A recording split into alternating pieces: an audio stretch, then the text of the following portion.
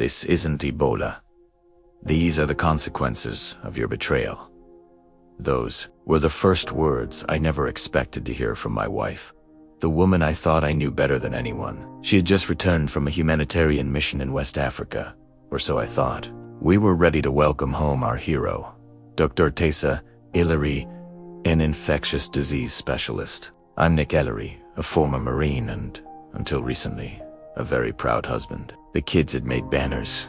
The house smelled like her favorite dinner, and our hearts were full, believing our normal life was about to resume, filled with nothing but gratitude. But from the moment she walked through the door, something was wrong. It wasn't just the exhaustion you'd expect after months in a high-stress environment. Tessa was distant. Her eyes were hollow, and she flinched at my touch. She seemed sick, but not in a way I recognized from her line of work. The kids were the first to put it into words. "Mommy seems sad," my daughter whispered to me that night. Tessa would lock herself in the bathroom for hours. Her phone calls were hushed and frantic, and she avoided any questions about her time in Africa. I tried to chalk it up to trauma, to the things she must have seen, but my gut told me this was something else. A routine medical checkup, mandatory for her return, was the first real crack in the facade. The results came back with an anomaly, something that had absolutely nothing to do with her supposed work overseas. The doctor was confused. I was terrified. What had she brought home with her? My world didn't just crack, it imploded. The truth I uncovered wasn't a rare virus or a tropical disease. It was a lie, meticulously crafted over months. One late night, fueled by suspicion and a growing dread, I found it a series of credit card statements, hotel receipts, and emails.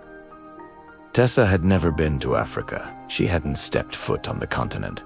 Instead, she had spent the last several months in a city just a few states away, entangled in a web of professional misconduct that shattered not only our marriage but the very ethical foundation of her career.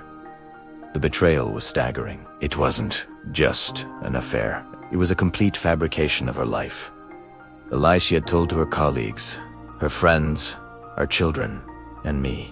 The homecoming party felt like a scene from a twisted play. The truth surfaced like a festering wound, and the infection of her deceit began to spread through every corner of our home.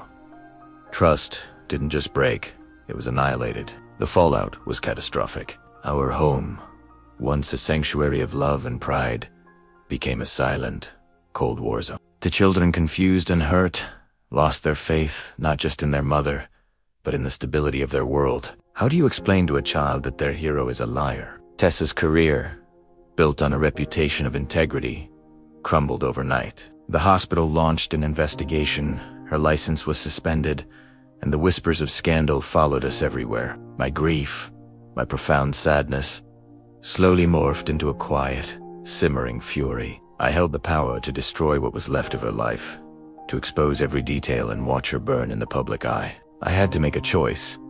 Would I seek revenge, or would I try to salvage some semblance of dignity for the sake of our children? The man I was, the Marine, wanted retribution. The father I had become, he wasn't so sure. In the end, I chose silence. I decided not to be the agent of her destruction. I stepped back and let the truth do its own work. And it did. The system she had tried to cheat the hospital board.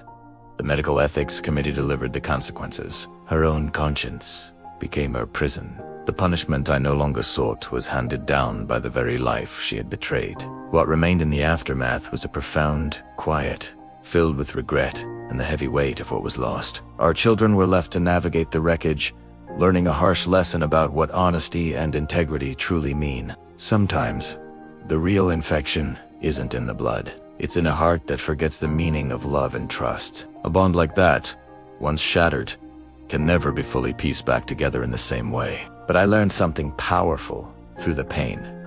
Forgiveness isn't for the person who wronged you. It's for you.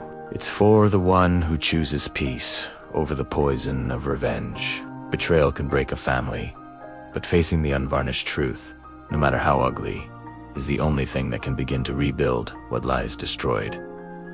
Thank you for listening to this story. If it resonated with you, please consider liking this video and subscribing for more content that explores the complexities of the human heart. Take care.